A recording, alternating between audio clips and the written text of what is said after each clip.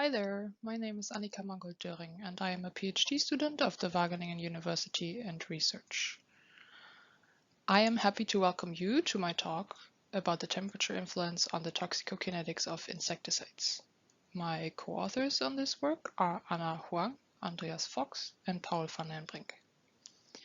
I would also like to mention that this research is part of the Innovative Training Network project Icarus 2050, funded by the European Union.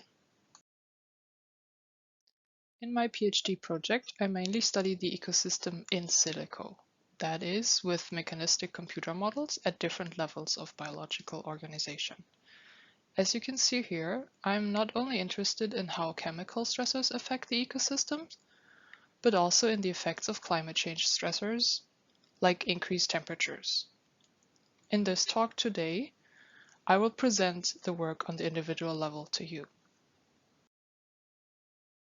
The species we chose to study the temperature effects on the toxicokinetics was Gammarus pulex. This is a commonly found freshwater species in Europe, and its population contributes to water quality by decomposing leaves and other detritus, and also serves as food for fish. As insecticides can end up in streams, for example due to runoff or spray drift, they can also affect non-target species like Gammarus pulex.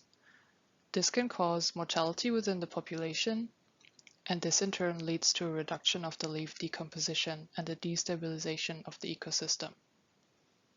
In this talk, I will focus on the toxicokinetics of the insecticides inside an individual and how it may change with temperatures.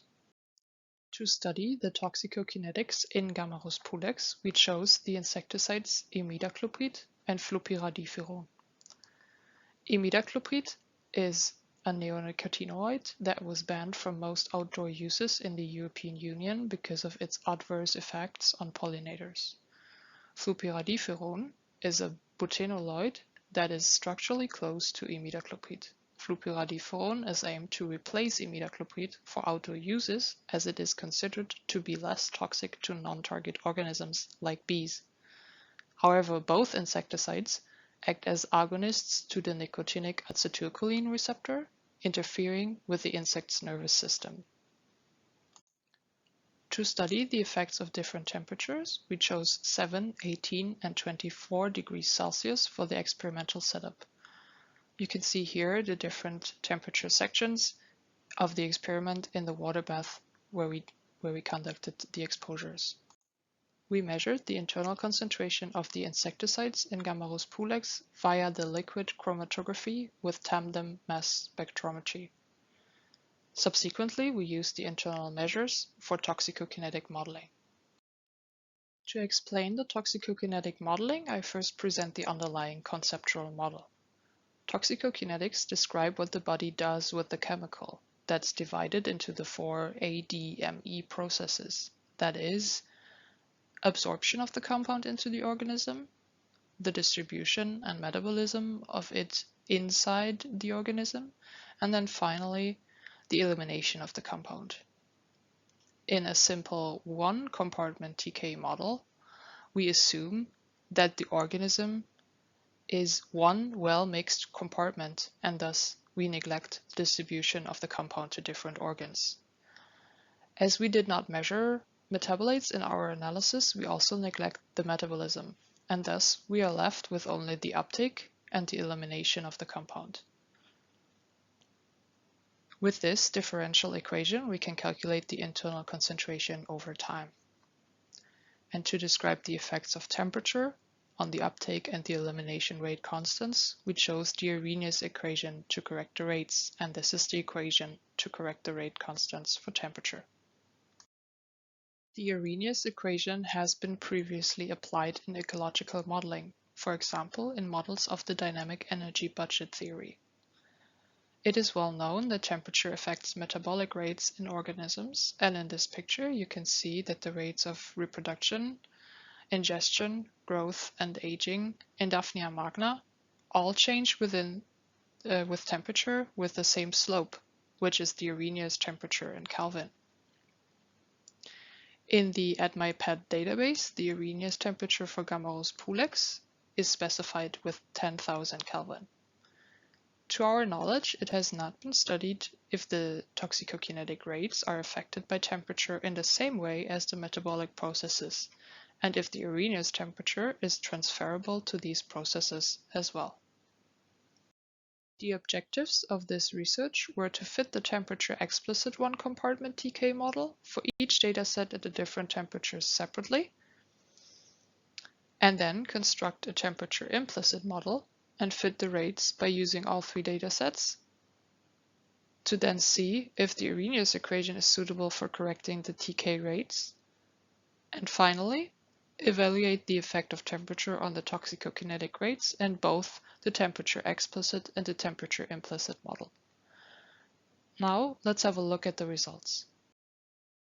Here you can see the measured internal concentrations over time, represented by the little squares, and also the model fits represented by the solid lines. So this is for the one-compartment temperature-explicit model at each temperature for both imidacloprid and fluopyradifurone. The dashed lines are the confidence intervals determined for the model fits.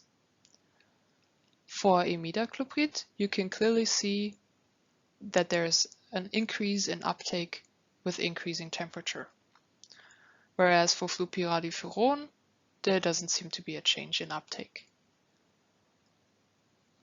The elimination phase that starts after 2 days, you can see the same trend, increasing elimination with increasing temperature, this time also for fluopyradifurone. This is also reflected in the fitted uptake and elimination rate constants listed in this table. These rates can also be used to calculate the kinetic bioconcentration factor, the BCF kin, displayed in the table as well. We can see that for imidacloprid, the ratio is marginally affected by temperature, as both the uptake and also the elimination of the compound increases with temperature. The BCF kin doesn't really change. For fluopyradifurone, however, we observe a decreasing BCF with increasing temperature. This is due to the change in the elimination rate, while the uptake rate seems to be constant. In this slide, you see the model fits of the temperature-implicit models for both compounds. You will notice that these models also fit the measured data with the same accuracy as the previously shown temperature-explicit model. For the temperature-implicit models, the Arrhenius temperature, TA, was an additional parameter that was fitted to the data and was found to be similar in both compounds, with around 3000 and around 4000 Kelvin. These values were, however, much smaller than the 10,000 Kelvin found in the AdMyPad database.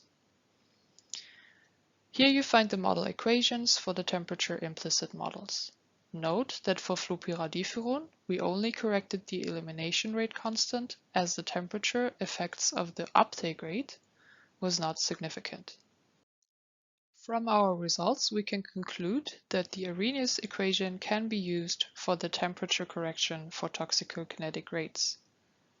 We found that for Gammarus pulex, the Arrhenius temperature TA differs from those previously measured for metabolic rates.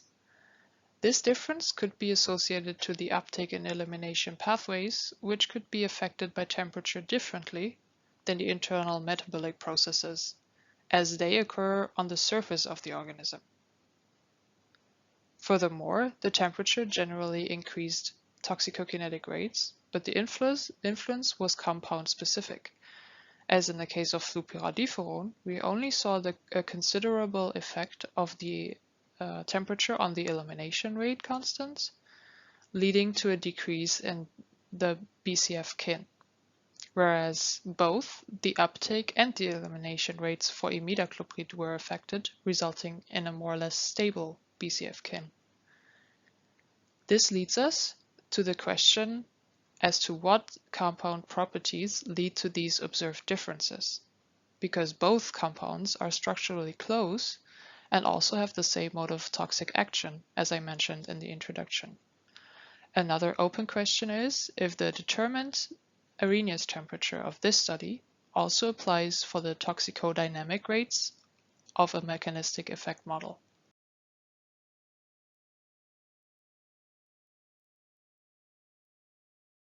The general unified threshold models of survival, in short, GUTS models, are mechanistic effect models that reflect on both the toxicokinetic and the toxicodynamic processes. And these models have been judged as ready for use in risk assessment of pesticides by the EFSA opinion on TKTD models. As you can see here, the toxicokinetics is the very first step of this model to translate the external exposure concentration into an internal concentration. And then subsequently, the TD part starts, where the effect of the chemical is described, hereby deriving damage dynamics to finally predict the survival. We showed in our research that the TK part of these models can be corrected for temperature with the described method, and we will further study if this can be expanded to the TD part by evaluating chronicle exposure experiments at different temperatures. And some preliminary results of these experiments are presented by my colleague Anna Huang, so I encourage you to check out her talk as well. With this, we reach the end of my presentation, and I would like to thank my co-authors for their contribution to this research, and also Benoit Gousson for his feedback on my slides and the many helpful discussions. And also thank you for your attention, and should you have any questions, you can leave them in the QA box, email me directly, or get in touch with me on Twitter. Bye bye.